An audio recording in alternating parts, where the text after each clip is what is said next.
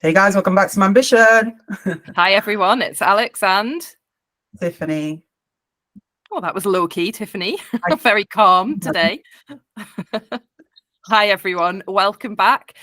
Today we've got a fabulous guest for you. We've got Deena Priest with us. So Deena is a career and business coach with 20 years of experience across law, management, consulting, sales and leadership development. She specialises in helping corporate leaders, especially working parents, create purposeful careers that integrate passion and profit. I think profit is really key there. Her career has given her insight into why some individuals excel while others struggle in the corporate world. And she's made it her mission to guide clients towards meaningful success. She enjoys coaching working parents, both men and women, and on how to balance their professional growth with their personal fulfillment. Her unique skill set blends coaching, consulting, sales, expertise, and neuro-linguistic programming. That's pretty hard to say, so we're going to call it NLP. To help leaders develop the mindset and strategies needed to thrive in their careers and lives. And most importantly, she's also a mother of two. Hi, Deena. Welcome. Hello. Thank you for the introduction. Well, you're very welcome. Of your achievements there. I was actually holding my breath because it sounded like such a long introduction. But no, thank you very much. Yeah, thanks for joining us. I think a great place to start would be, I did see, because I know that the intersection of your work and your teaching is purpose, passion, and pay. But I love to start with the challenges that you've overcome. And I saw somewhere in one of your posts that you've experienced restructures, job loss, toxic work cultures, and you've changed your careers a lot of times. So I'd love to know how all that has kind of added to the woman that you are today, and it actually inspired you to be. Yeah. So I predominantly had a career like in big corporate businesses. So I started my career first in law, and then, as Alex was mentioning, I moved into management consulting and sales and leadership development. And after I had my kids, so my kids are older now, they're 7 and 9, but after I had my kids, I kind of took a bit of a step back and thought, what am I really doing and what do I really want kind of from my career? Because children bring a lot of meaning, into our lives. And I think they give us a lot of perspective about what's important, what's not important. I was a bit of a princess probably before I had kids. I think I'm a much nicer person now than I was then. And so just kind of reflecting back on my career, I thought, I'm really hustling here, working really long hours. Is it actually creating the impact that I want? And is it bringing me that kind of meaning and the fulfillment, that I'm really looking for in this chapter of my life? And that's really how I became a coach. It was just that realization that the work that I was doing, it was earning me a lot of money and I was progressing and I had the title and all that sort of thing, but it just wasn't giving me that sort of life satisfaction. So that's really why I kind of pivoted into becoming a coach, because the aspect of my career that I've always really enjoyed is that people development side. So, when I talk about like toxic cultures and things like that, I think you tolerate it more when you don't have kids and you kind of can, spend your time working your way up the ladder and figuring out what's my next career move and all this, the hustle doesn't bother you as much. But I think for a lot of people, once they have children, they don't want to do that anymore. I like that. So the idea of this clarity that comes with motherhood, because I think Yasmin said the same. Amber said the same yesterday. So I think, and I hope through our conversations also with my ambition, we're sharing the message that we understand that motherhood can be a hard transition. It can be a difficult time, but at the same time, perhaps there is a wisdom that we can gain from that transition. The clarity we get from like, okay, we've got a child now, time is of the essence. I have someone else who is watching me, maybe who is looking at me, and I need to change the narrative a bit. So I'm interested to know how that inspired, because I think you were saying that your children were watching you and then you had a moment where you just thought this is too much and they don't like how you're working. Yeah, I mean, so many times I was just on my laptop in front of them and they would be like, come and play with me, come and make this puzzle with me, asking me loads of questions. And I just found I just found myself getting really irritated because I was so focused on my work, and then I immediately felt really guilty, and I thought, this is just wrong, because these guys are only going to be small, you know, for a short period of time, and then they're going to grow up and go to university and leave. So I should really be savoring this moment rather than focusing on kind of the hustle side of my career and, you know, being this sort of absentee kind of mum. And so I guess that was the catalyst. And then what I feel like lots of working mums want is to be a really, really good role model for their children, right? We want them to look at us and think, you know, she really enjoyed her career, she was always here for us, you know, and really kind of role model fulfilling work. And we want to be proud of ourselves, right, as well. Like, we don't want to look back on our lives and be like, yeah, I was absent, or I was working towards something that I didn't really care about, even though it was earning me like loads and loads of money. And so how does that work? Because that, you know, I completely understand the pivot away from the long hours, the hustle. Does being your own boss bring with it some of its own hustle? How is it? How does it work to sort of branch out and do that setup? Because I imagine lots of people listening to this will think, I would, you know, if the corporate side of things isn't working for them, I would quite like to transition towards doing something for myself, but they're frightened of taking the leap. They're frightened of, like you say, taking less money. How do they make it profitable? How do they do it so they're not working all hours? Yeah. So I think the first thing is that I don't necessarily think that everyone should make that leap, right? So there are ways to create a more purposeful career. So what we're trying to do, right, is create purposeful careers, and purposeful means different things to different people. So sometimes the reason why we are working these crazy hours and we're not, you know, present for our children and all that kind of thing is very much down to our own behaviors, right? We're not putting the right boundaries in place. We're people pleasers, you know, we've got this underconfident overachiever kind of, you know, personality going on. So the first thing I kind of always do with my clients is I tell them to tell me what success looks like for them, right? And get a really, really clear definition of success according to them, not what society tells them or their boss tells them, or I don't know, their friend or their mum tells them. And then from there, and so for them, if success is achievement and moving up the ladder, you know, that sort of thing, there is no reason for them to step away from that and jump, you know, into a business ownership. So that's kind of the first place that I start. So what does a purposeful career really even mean to you? So getting really, really clear on that North Star. And then once we kind of know, okay, what is their career North Star? What is it that they want, you know, long term? What are they working towards? Then we can start to think, like, what are all of the different steps or changes that you can make to get yourself there? And so one of them might be like a business, so starting a business, or perhaps creating a portfolio career, changing careers. I mean, there are lots of different options. But to your question, Alex, like, how do people kind of make that jump into business ownership, you know, bearing in mind that, you know, potentially the first couple of years you might not be earning, you know, very much money? I think there's a couple of things in there. So the first one is start building something while you're in a job. Like, that's always my advice. Don't throw the towel in out of frustration and be like, I hate my boss, you know, I'm getting out of here tomorrow. And then trying to kind of backpedal and think, oh God, you know, how am I now going to earn money? Mm-hmm. So be strategic and intentional about it. Like, think, what is a problem that I can solve that is in high demand, that people are willing to pay for, that I'm also really passionate about, that I potentially got skills and a network, you know, within, and then start to create something while you're in your job. That's what I did, actually.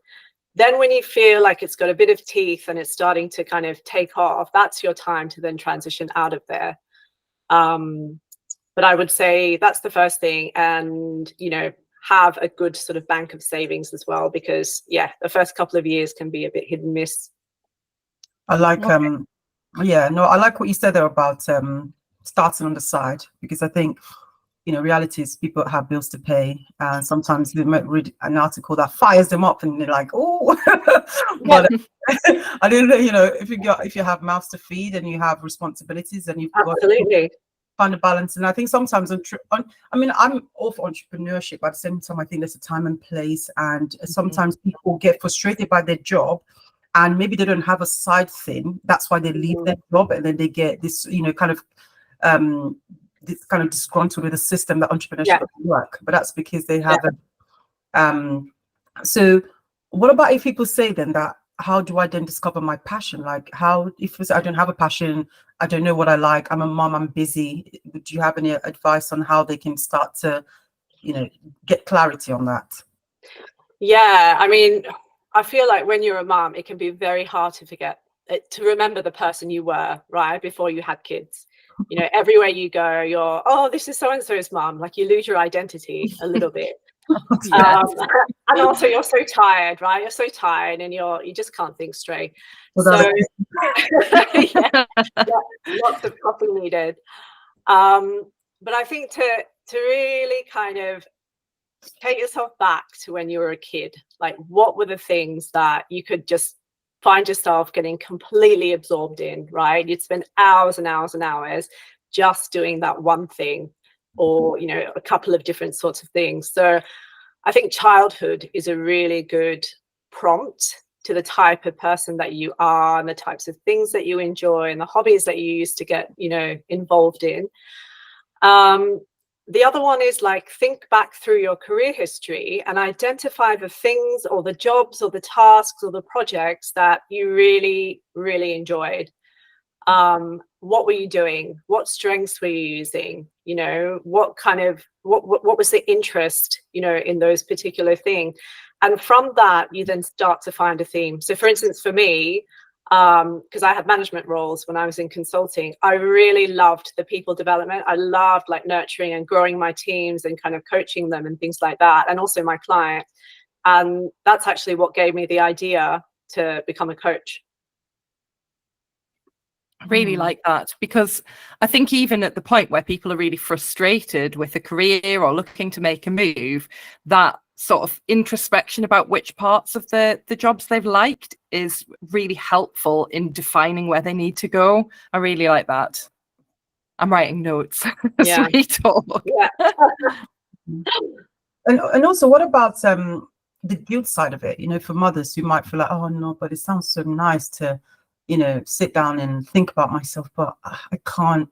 I feel that I need to look after my children. Surely it's selfish of me to take time away. How would you go back to them on that point of, what's the good in that time? Like, why should they?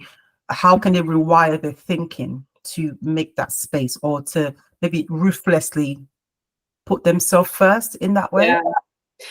Yeah, I mean, the kids are with us only for maybe 18 years, right? And we have still a huge number of years left in our careers once our children leave. So especially for mums, I think, because we sacrifice so much of ourselves for the well-being and development of our children, you've got to think long term. So once these guys move out of home, I am going to be my own person, right? So what am I going to do with my life then? And you need to start thinking now about, I suppose the career and the life that you want to have moving forward, because you don't want to look back on your life when you're retired and think, oh, I had so much ambition, there was so much I could have done with my life, and I didn't do it because I just sacrificed everything for my children. And also, I always think about the side of it that it's actually a good thing for your kids to see you following your passion, because it's like the person you become, I think the energy you radiate, because so many parents are frustrated. I remember once, I'll never forget this, because my dad, I grew up in a very traditional, old-fashioned, I don't know how to put it, home where, you kind of follow your education, you go to school, you do that. My dad was very much like that, like he grew up in Nigeria, and there's nothing about starting a business for him, absolutely. And I remember when because I used to run my own business. I remember when I told my dad years ago, I said, oh, Dad, by the way, start a business. I'm doing a business. He said to me, he said, wow, I wish I could have done that. He said, but I was always afraid. I remember Wow. I cried when my dad said that to me. Yeah. Because it made me realize that as much as he was an adult, as much as I looked up to him, it was this like strong man. My dad was actually afraid of running his own business. So Yeah. I just thought, wow, like what about me then, and my kind of stories for my own children in years to come? If they turn around and say something to me, how can I then go back to them and say, oh, well, it wasn't always easy, but I followed my passion, which is why nowadays I am ruthless about chasing my passion. Like I'm very much about, I just do what I want with my life. Yeah. It's random. I mean, I've had the most random things you could ever imagine. I've run a market stall. Oh, wow. I enjoy. I'm very much about, because of that story, because I lost my mom when I was young. So I actually have a lot of pain behind me to live my life, and I refuse to let anyone like shape it for me.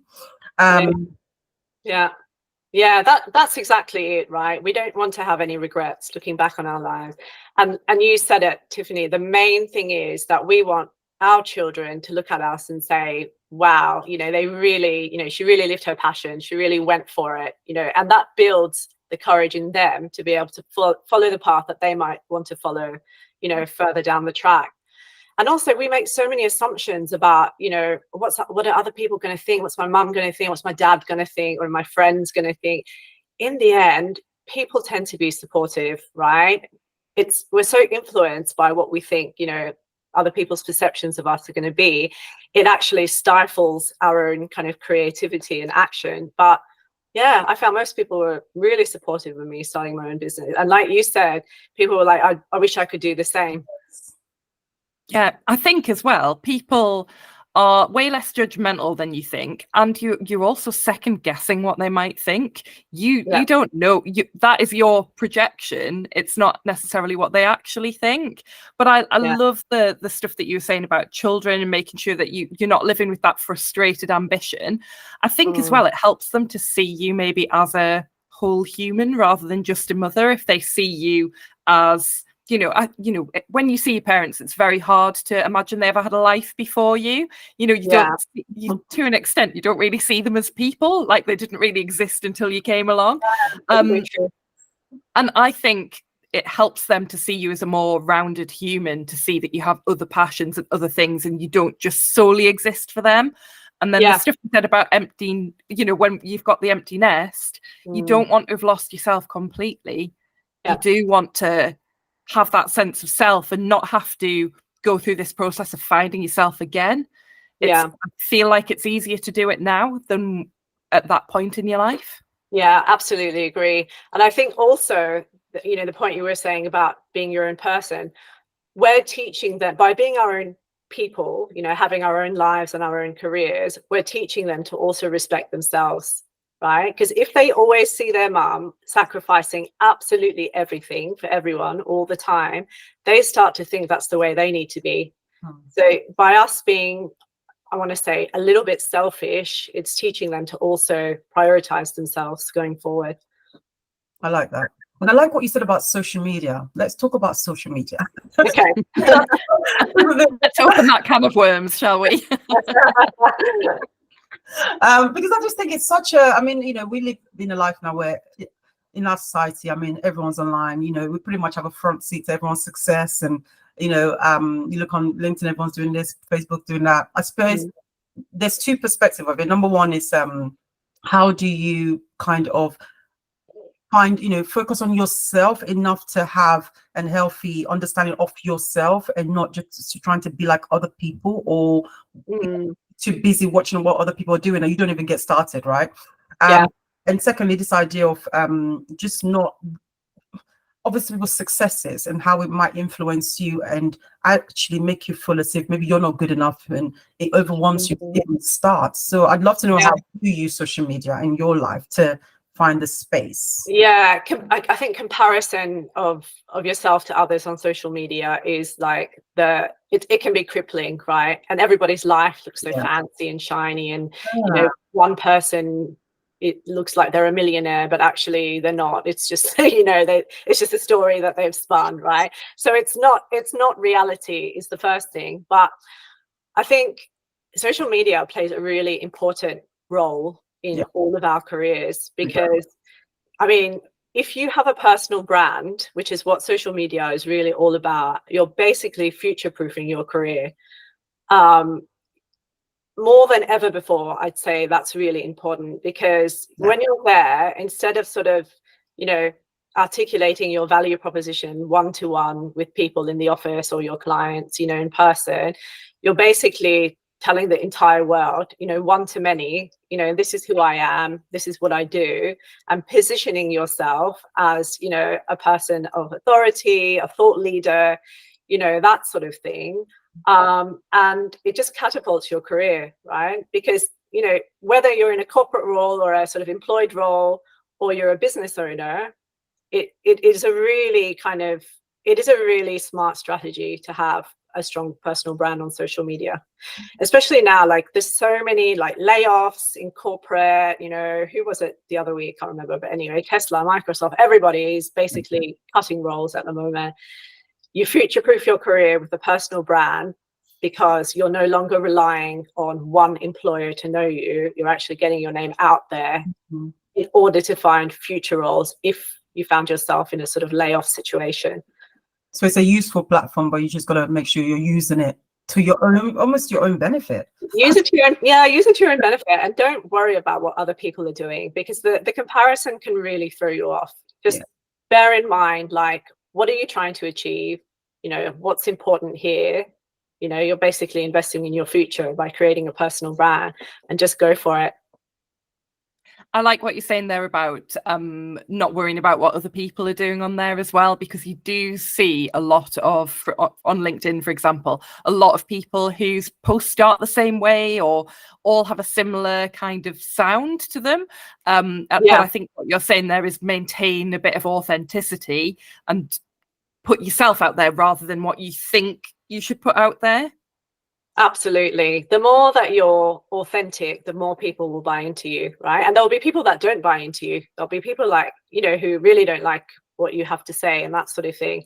That's fine. You want to attract people who share your values and kind of share your perspective and your view of life. And it's just freeing to be yourself, trying to have this really professional front and be like everyone else. If you're trying to be all things to all people, you end up being nothing to anyone, right? Because your message won't resonate if it's just very vanilla. But second of all, you just want to feel like you are being yourself. It just feels a bit more, what's the word I'm looking for? I suppose it's freeing. Yeah.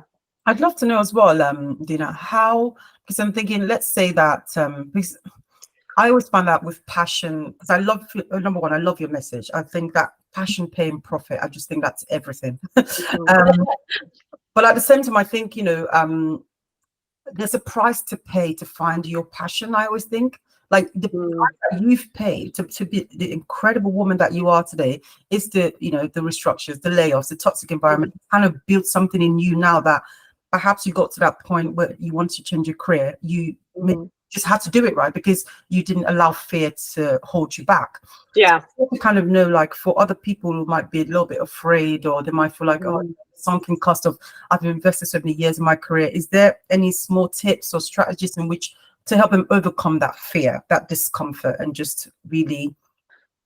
Yeah, I mean, everyone has that fear factor. And it's almost like the more senior you are, the more you have to lose, right? Because you've worked so hard to work your way up, blah, blah, blah.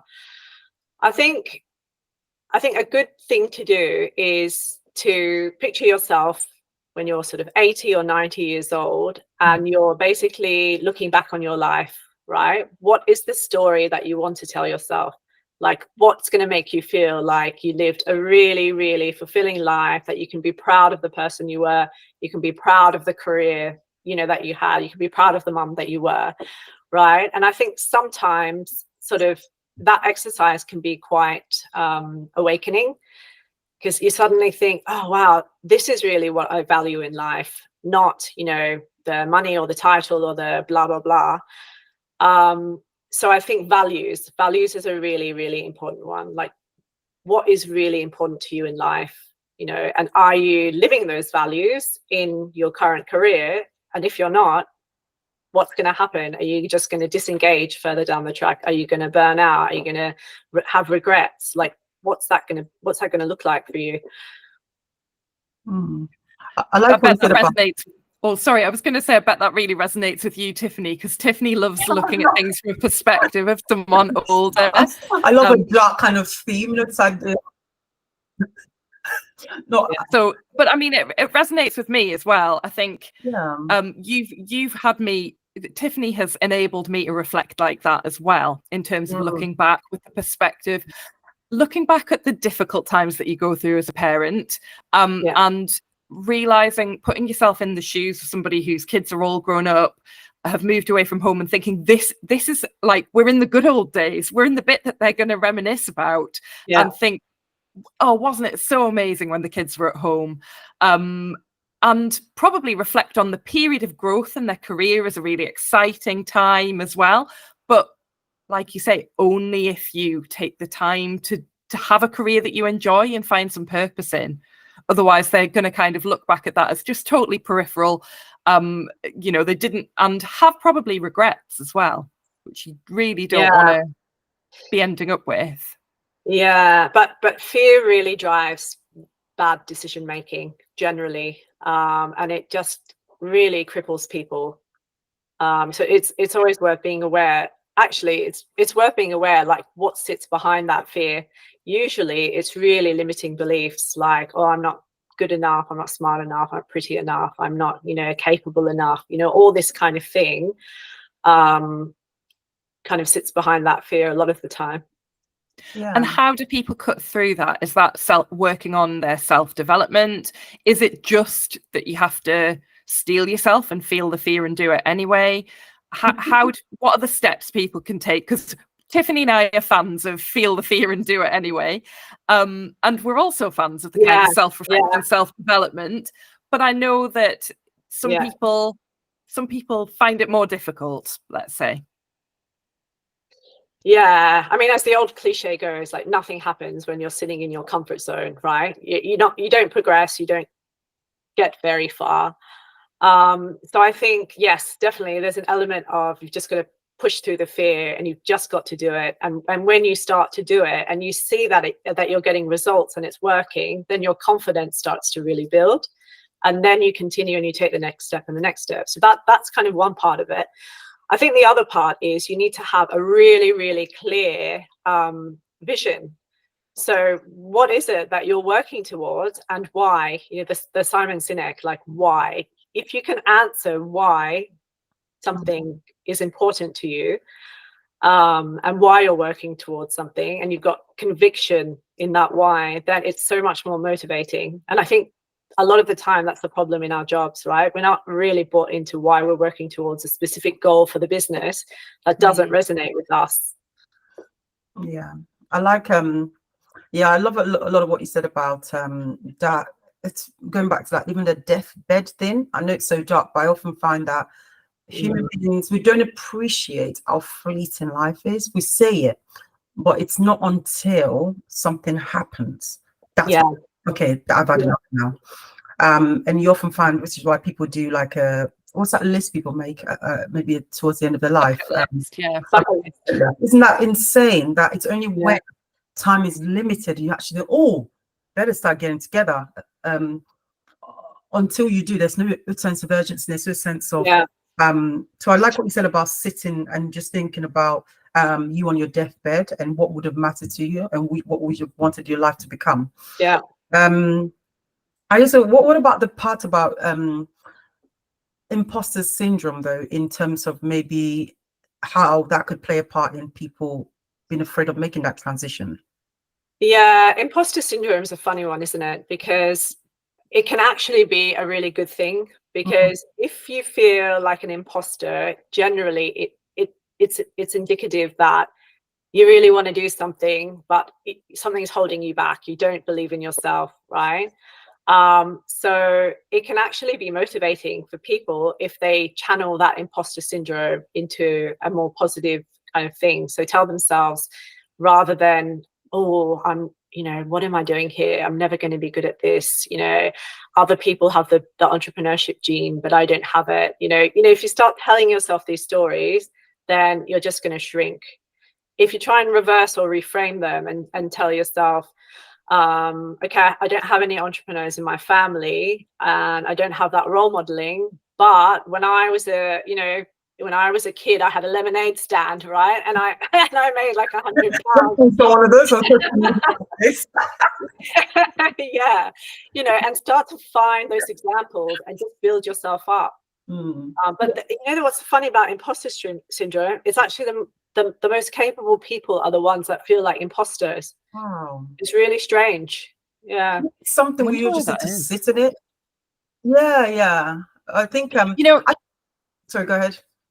Oh, I was just going to say, so we had a guest on the other week called Anouk, and she used the example of if you can't drive, you wouldn't say, oh, I'm not very good at driving. You would say, I can't drive yet because you haven't taken lessons. Yeah. And that for me was a real moment of like, oh, actually, you can use that perspective on anything that you wanted, that you would like to do. I haven't done it yet. I don't know how to do it yet. And I think that you're talking about reframing, and I feel like that could be quite helpful in terms of that. Yeah, absolutely. What were you going to say, Tiffany? Oh, we weren't good at podcasting. I was like, oh.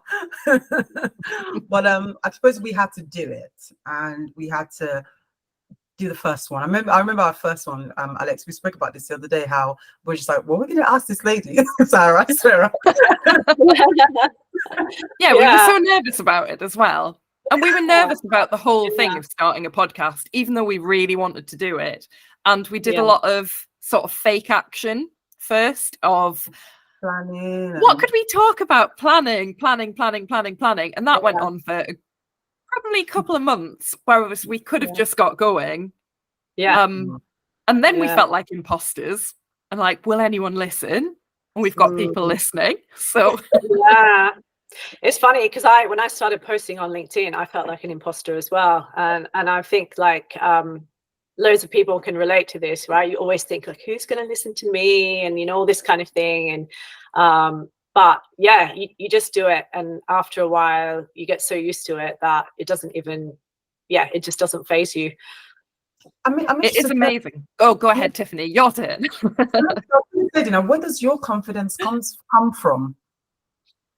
I mean, I have my own coach as well. So I think probably that's played a massive role in my career and in building confidence. And I love to build confidence in women because I don't know what it is, but for some reason, and this isn't all women, right? Women second guess themselves more than men do in different situations. And I mean, I don't know what the reason for it is. Maybe society conditions us to kind of be humble and all this type of thing, whatever it is. But it is really important for women to work on their confidence because it's the single most important thing for a successful career and life. Because if you don't believe in yourself, no one is going to believe in you. And that's just the reality of it.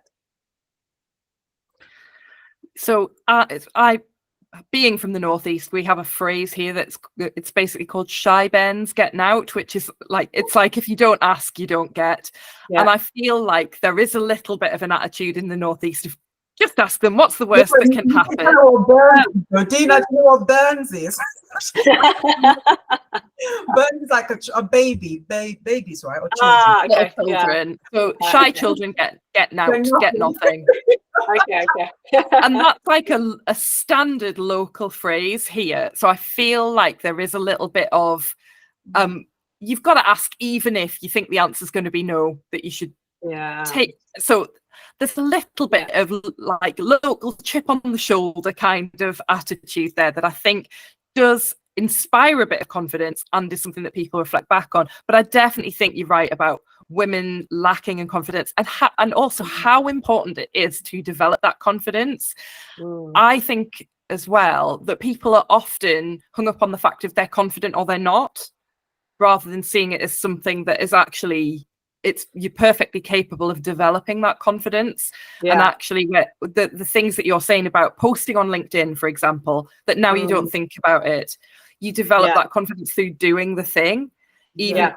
you know, I love the first few times you're going to feel weird about it. You're going to feel, or Yeah. like that inward sense of, oh, I feel a bit funny about this. And then you get to the point that you're at of thinking, actually, I don't even think about it. I just do it. So that putting yourself out there, that feeling the fear and doing it anyway, to me is where you develop the confidence. So even though it's really hard to do, it's taking that first step, isn't it? Yeah, absolutely. Exactly right. Yeah. And sometimes you need somebody to push you a little bit, you know, to take that first step and you know, get the support and things like that. And just silence any kind of negative thoughts that you have, like what will people think, and, you know, am I good enough, and all this kind of thing. I remember reading somewhere said you don't become confident just by shouting affirmations in the mirror, but by consistently proving to yourself that you are who you say you are. In other words, not this idea of even away from the public, you know, kind of people approving you and people seeing what you're doing. It's like, what are you doing when you're by yourself? How are you building these small habits? But I think also it links to what we said briefly during the intro about what we can learn from male mentors as well. So I'd love to hear your take on that. Yeah, I mean, I think a lot of women are always searching for that female role model, because we want somebody who kind of, you know, I suppose has a similar kind of lifestyle and has children, and that we can relate to, and that kind of thing. But the reality is that there just aren't that many female role models. I mean, there weren't when I was in consulting and law. You know, it's very, very male dominated kind of industry. So the thing that I always say to people who say, oh, I've got no female role models, I'm not sure if I can make it, and this sort of thing, is actually men are brilliant role models, or mentors and sponsors as well, because they actually bring a different perspective. And I really always encourage women to kind of don't limit yourself, have as broad a variety of sponsors and mentors as you can inside your business, but also outside, you know, the organization. And, you know, just pick and choose, female, male, whoever, but get that diversity of perspective, because it really kind of opens up your mind and helps you see things differently. And actually, I found that a lot of men who have children have been more empathetic to me as a mother than some women have. So there is kind of that as well. Yeah, I can kind of understand that from the perspective of, sometimes I think another woman with children thinks, well, I'm coping. I find that easy. Or maybe everyone should. Yeah, exactly. Yeah. And you're never going to find somebody like yourself anyway. So I think we're searching for an unrealistic ideal of a female role model who's exactly like us. You know, nobody is like anybody. So, you know, if you're searching for that, probably not going to find it. I really like that. I think I always say this. I've only had about a handful of female like managers or like leaders that had a positive experience with. Sadly. And you know, one of the best bosses I ever had in my life was Oliver. It was amazing. It's just an amazing man. And I always think it's a shame sometimes, and I think maybe, like you said, I think this idea of allyship and mentorship, and maybe in a way as well, sometimes, you know, obviously majority of men have a lot of that confidence, so maybe there's something we can also learn from them, and we can use it ourselves. Yeah, absolutely. Yeah, I mean, I would say the best leader I worked for was a woman, but the worst leader I worked for was also a woman. So, you know, women can actually be really fantastic, or they can be absolutely horrible to each other. Why is that? Do you ever think about, like, what is it about women? Is it this like scarcity mentality? Is it this like competition? Like, what is it sometimes that just rubs other women off other women in the wrong way? Yeah, I think sometimes women, so there are women who are like brilliant, right? They're really collaborative. They always open the door for other women. They, you know, they pull them up and all this sort of thing. And then there are some who maybe they view you as a threat, or they think, well, I did it, so you can do it too. And they don't have very much empathy, you know, for your situation. So it's all very individual. That's why I think, you know, just diversify the people and the leaders and the mentors and the sponsors that you have in your career and your life. And I think as well, the way that men have been sort of socialized in the workplace as well, they do definitely have a different perspective. They, you know, when we're talking about the confidence to apply for a job when they've got 75% of the, or 70% of the skill set, whereas women would wait. And there definitely are things that we can learn from them, like not letting people talk over you, or, you know, holding your space, things like that. We had a bit of that conversation with Amber yesterday. And I've really learned a lot from that kind of conversation, of learning from male mentors as well. And I think you're totally right about that diversity of thought. Yeah, and they learn from us as well. So you know, I've got a lot of male clients. So coaching typically attracts more women. Because I don't know why, actually. I think women are maybe more invested in their personal development, or, you know, for whatever reason. But over the last couple of years, where sort of mental health issues and things like that have been on the rise, I've found that more men are actually coming forward and seeking coaching around like burnout, career navigation and things like that. And actually they find it really valuable to work with a female coach, because, you know, I think completely differently to them, and I can challenge them in a way that, you know, the people around them may not necessarily do. And are most of those men parents as well? Yeah, they are. Quite a few of them are. Yeah. But I think the face off like men in the workplace is changing. I do think I think there's a lot more empathy now. There's a lot more kind of the macho-ness that maybe people hid behind and they struggled with. Even on LinkedIn, I'm starting to see a lot more men like open up about struggling. So hopefully that shows that men can share, because sadly, even we spoke about this with Amber yesterday, there is a section of men in society that are struggling because there's not much invested in them. So I think we should pull up the women, but we should also look out for the men. And I think that's a good society that we want. Yeah, that's absolutely right. I think even like with working dads or dads who've just had children, right? There's so much support around mums in workplaces, you know, if they've taken off a year, you know, maternity or whatever, people tend to put their arms around them a bit more than working dads who've just had a baby and maybe taken a couple of months off paternity leave. So I do think that they sometimes feel a bit neglected. Yeah, because they'll obviously be sleep deprived as well, and they've just it's just assumed they have to get on and function as normal. And part of that is because they didn't carry the baby. But the other thing I think is, I feel like one of the drivers of the change for men has been COVID, and that like how that's impacted upon their parenting, because I think so many men were at home during the pandemic with children for extended periods of time, that they saw the reality a lot more, and it made them more hands-on. And so now they're back in the workplace, and they're still much more hands-on than they possibly previously were. But they've got to do that coping as well. Yeah, I think COVID had, you know, that was definitely one of the benefits of COVID, of getting the dads a bit more involved. So my husband's a management consultant. He works ridiculous hours, but before COVID, he was often away, you know, on client site for, you know, long periods of time. And then post-COVID, he's working more at home. And so he's more present. He's more able to do the drop-offs and the pickups and the going to the Christmas play and all this type of thing that he wasn't before. And I really feel like that relationship strengthened the children.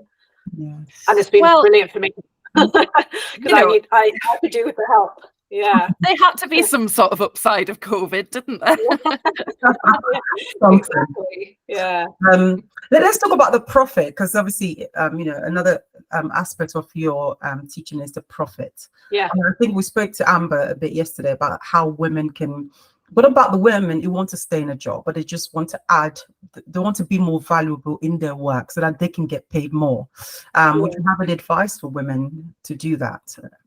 So you mean women who want to stay in a job and get paid more, like a pay rise? How can they increase their value to the employer or increase their value? When you said profit, I don't know why I suddenly thought of like, is she talking about like Jesus Christ or something? Do you know, I mean, we should call this episode The Priest and the Prophet. Yeah, Confuse everyone of like a religious theme. My accent is like all over the place. No.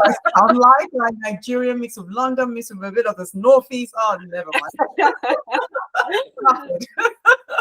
So funny. Yeah.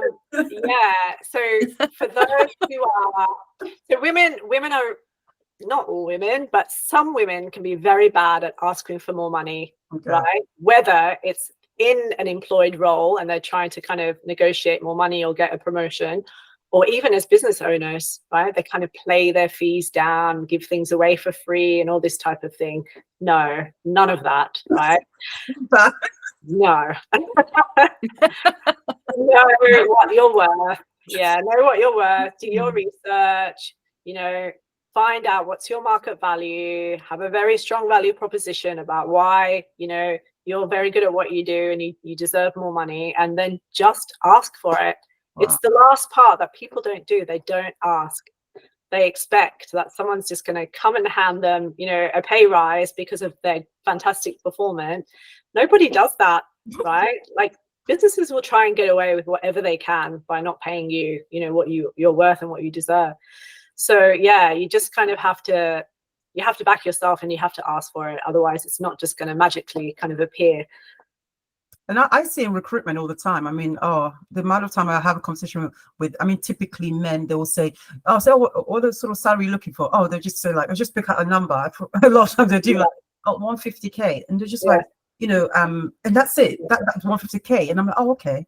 Women, typically, they'll say, oh, maybe between 110 to 120. But, you know, I'll negotiate the right role. But, you know, it all depends on the role. I mean, if it's, I can take less. And I'm like, I haven't even said anything. So I'm interested to know, like, do we just need to say the money and go? I'm always thinking, should women say how much they want and go and be quiet? Yeah, don't justify it. Yeah, say your figure, like know what you're prepared to kind of settle for, and then add like 20% on top of that,